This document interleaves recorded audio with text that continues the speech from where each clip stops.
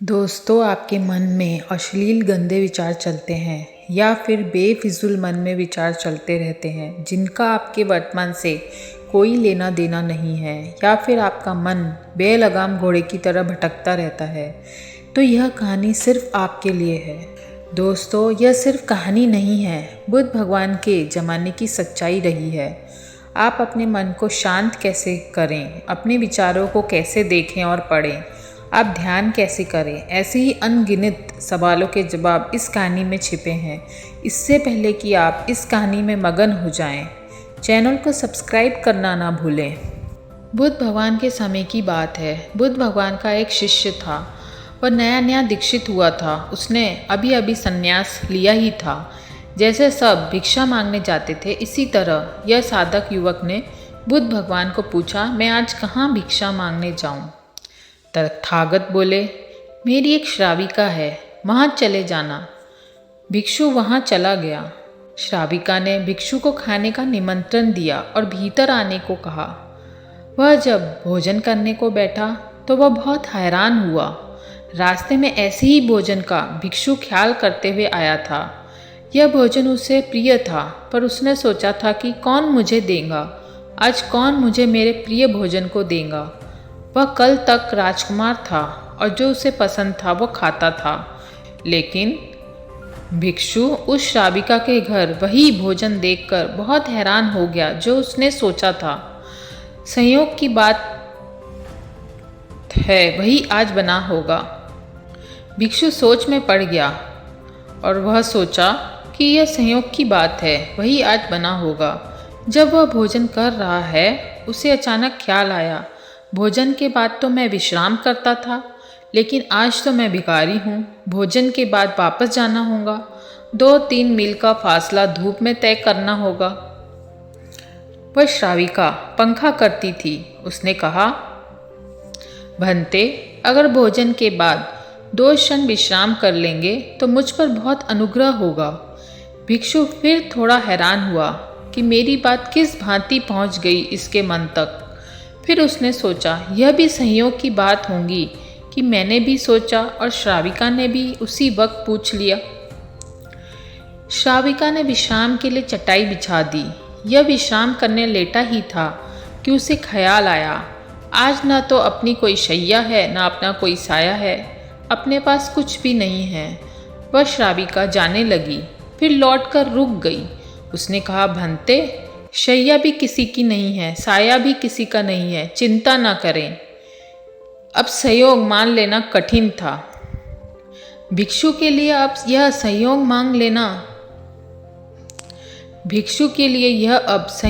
मान लेना कठिन था। वह ऊपर उठकर बैठ गया। भिक्षु ने कहा, मैं बहुत हैरान हूँ, क्या मेरे भाव पढ़ लिए जाते हैं?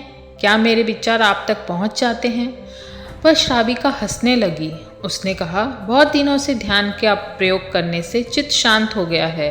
जैसे ही चित्त शांत होने लगे, फिर दूसरों के भाव भी थोड़े बहुत अनुभव में आ जाते हैं। वह एकदम उठकर खड़ा हो गया, एकदम हक्का भक्का सा रह गया और घबरा गया और साथ में कांपने लगा। उस श्राविका ने कहा, अब घबराते क्यों हैं, कांपते क्यों हैं, क्या हो गया? विश्राम करिए, अभी तो लेटे ही थे। भिक्षु ने कहा, मुझे जाने दें, आज्ञा दें। उसने आंखें नीचे झुका ली और वह चोरों की तरह वहाँ से भाग निकला। श्राविका ने कहा, क्या बात है, क्यों परेशान है? फिर उसने लौट कर भी नहीं देखा। उसने बुद्ध को जाकर कहा, उस द्वार पर अब मैं कभी नहीं जाऊँगा। बुद्ध ने कहा, क्या हो गया? भोजन ठीक नहीं था या फिर सम्मान नहीं मिला? कोई भूल चूक हुई है क्या? भिक्षु ने कहा, भोजन भी मेरे लिए प्रीतिकर जो है वही था, सम्मान भी बहुत मिला, प्रेम और आदर भी था, लेकिन वहाँ नहीं जाऊँगा, कृपा करें, वहाँ जाने की आज्ञा ना दें। तथागत बोले, इतने घबराए क्यों हों, इतने परेशान क्यों हों? भिक्षु ने कहा, वह श्राविका दूसरों के विचार पढ़ लेती है, और जब मैं आज भोजन कर रहा था, उस सुंदर युवती को देखकर मेरे मन में तो वासना से भरे विकार भी उठे थे। अश्लीलता मेरे मन को घेर रही थी, वे भी पढ़ लिए गए होंगे। मैं किस मुंह से वहाँ जाऊँ? मैं तो आंखें नीची करके वहाँ से भाग आया हूँ। वह मुझे भंते कह रही थी, मुझे भिक्षु कह रही थी, मुझे आदर दे रही थी। मेरे प्राण कांप गए। भिक्षु बोला, मेरे मन में ये क्या उठा, और उस श्राविका ने इसे भी पढ़ लिया होगा, फिर भी मुझे भिक्षु और भंते कहकर आदर दे रही थी। भिक्षु आगे कहता है, मुझे क्षमा करे तथागत, मैं वहाँ नहीं जाऊँगा। फिर तथागत ने कहा, तुम्हें वहाँ जानकर भेजा है, यह तुम्हारी साधना का हिस्सा है, वहीं जाना पड़ेगा, रोज वहीं जाना पड़ेगा, जब तक मैं ना कहूँ या जब तक तुम आकर मुझसे ना कहो कि अब मैं वहाँ जा सकता हूँ, तब तक वहीं जाना पड़ेगा। जब तक तुम मुझसे आकर यह ना कहो कि अब मैं रोज वहाँ जा सकता हूँ, तब तक वहीं जाना पड़ेगा, वह तुम्हारी साधना का हिस्सा है। भिक्षु ने कहा, लेकिन मैं कैसे जाऊँगा, किस मुँह को लेकर जाऊँगा? कल अगर फिर वही विचार उठे तो मैं क्या करूँगा? तथागत ने कहा, तुम एक ही काम करना, एक छोटा सा प्रयोग करना और कुछ मत करना। जो भी विचार उठे, जैसा भी विचार उठे, उसे देखते हुए जाना। जो भी विकार उठे या जो भी वासना उठे, उसे भी देखते जाना। कोई भाव मन में आए, काम आए, क्रोध आए, काम वासना उठे, कुछ भी आ जाए, उसे देखना और कुछ मत करना। तुम सचेत रहना, भीतर सिर्फ देखते रहना, सावचेत रहना। एक भी विचार बिना देखे गुजरना नहीं चाहिए। जैसे कोई अंधकारपूर्ण घर में एक दिए को जला लेता है और उस घर के सब चीज़ें दिखाई पड़ने लगती है, ऐसे ही तुम अपने भीतर अपने बोध को जगाए रखना कि तुम्हारे भीतर जो भी चले वह दिखाई पड़े, वह स्पष्ट दिखाई पड़ता रहे। बस तुम ऐसे जाना। वह भिक्षु ने उस श्राविका के घर जाने का फैसला किया और उसे जाना पड़ा, और वह गया भी। भिक्षु भय से काँप रहा था, पता नहीं क्या होगा, लेकिन वह अभय होकर लौटा। वह नाचता हुआ लौटा। कल डरा हुआ आया था, आज नाचता हुआ आया। कल आंखें नीचे झुकी थी, आज आंखें आकाश को देखती थी। आज उसके पैर जमीन पर नहीं पड़ते थे। जब वह लौटा और बुद्ध के चरणों में गिर पड़ा और उसने कहा कि हे धन्य, क्या हुआ यह, मैं नहीं समझ पा रहा हूँ। जब मैं सजग था, मैं होश में था, मेरा ध्यान मेरे तरफ था, मेरे मन के तरफ था, तो मैंने पाया वहाँ तो सन्नाटा है। जब मैं उसकी सीढ़ियाँ चढ़ा तो मुझे अपनी श्वास भी मालूम पड़ रही थी कि भीतर जा रही है, बाहर आ रही है। मुझे हृदय की धड़कन भी सुनाई पड़ने लगी थी। मेरे भीतर इतना सन्नाटा था कि कोई विचार सरकता तो मुझे दिखता, लेकिन कोई सरक नहीं रहा था। मैं एकदम शांत उसकी सीढ़ियाँ चढ़ा। मेरे पैर उठे तो मुझे मालूम था कि मैंने बायां पैर उठाया और दायां रखा। मैं जान रहा था और मैं भीतर गया और मैं भोजन करने बैठा। यह जीवन में पहली दफ़ा हुआ कि मैं भोजन कर रहा था, तो मुझे कौर भी दिखाई पड़ता था। मेरा हाथ का कंपन भी मालूम होता था। श्वास का कंपन भी मुझे स्पर्श और अनुभव हो रहा था। और तब मैं बड़ा हैरान हो गया। मेरे भीतर कुछ भी नहीं था। वहाँ एकदम सन्नाटा था। वहाँ कोई विचार नहीं था, कोई विकार नहीं था, कोई वासना नहीं थी। मैं आश्चर्यचकित रह गया। पहली दफ़ा विराट की अनुभूति हुई।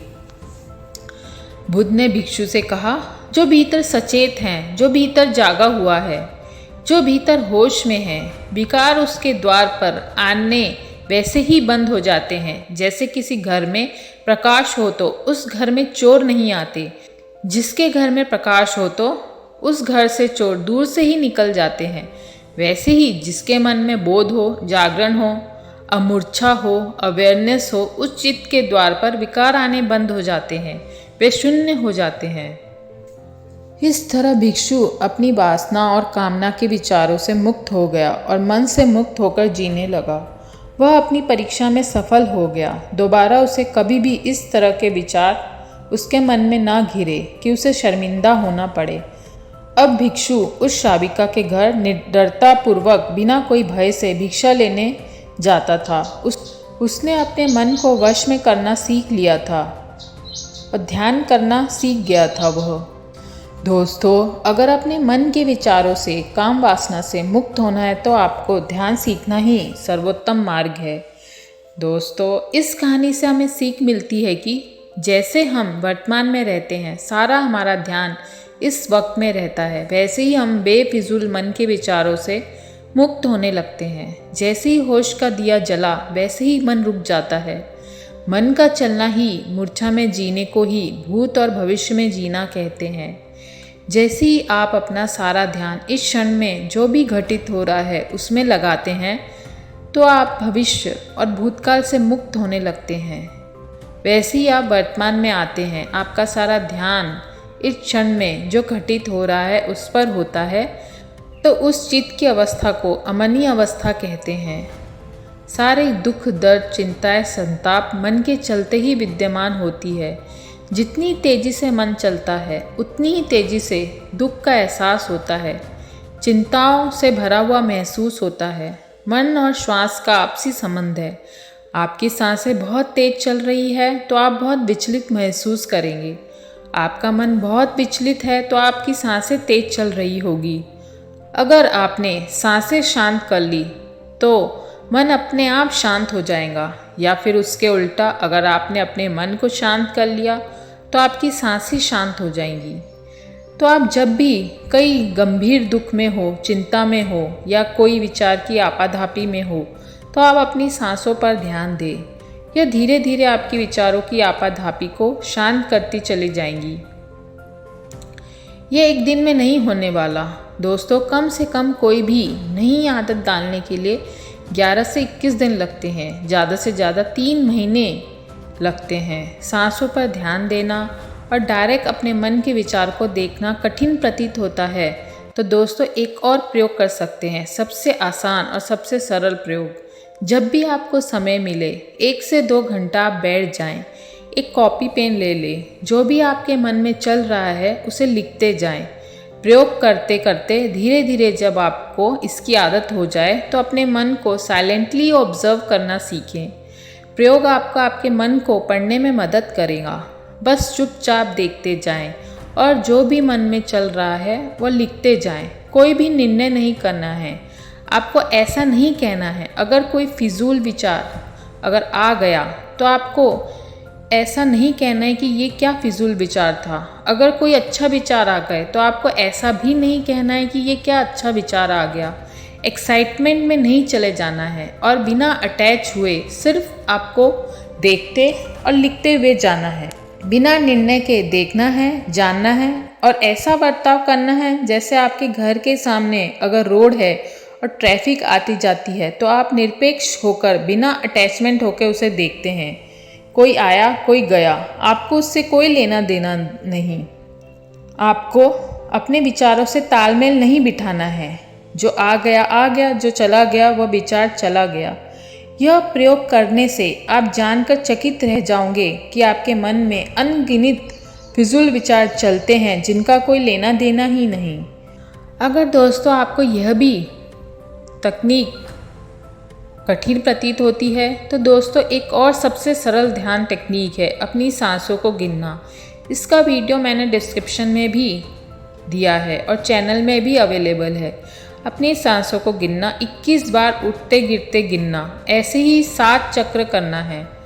आपका ध्यान आपके मन से विचारों से एकदम आसानी से हट जाता है और सांसों पे आ जाता है और आपका मन शांत हो जाता है। जब आप 2 महीना 3 महीना इसे प्रैक्टिस करेंगे धीरे धीरे विचार आना बंद हो जाएंगे या कई बार अंतराल में विचार आने लगेंगे।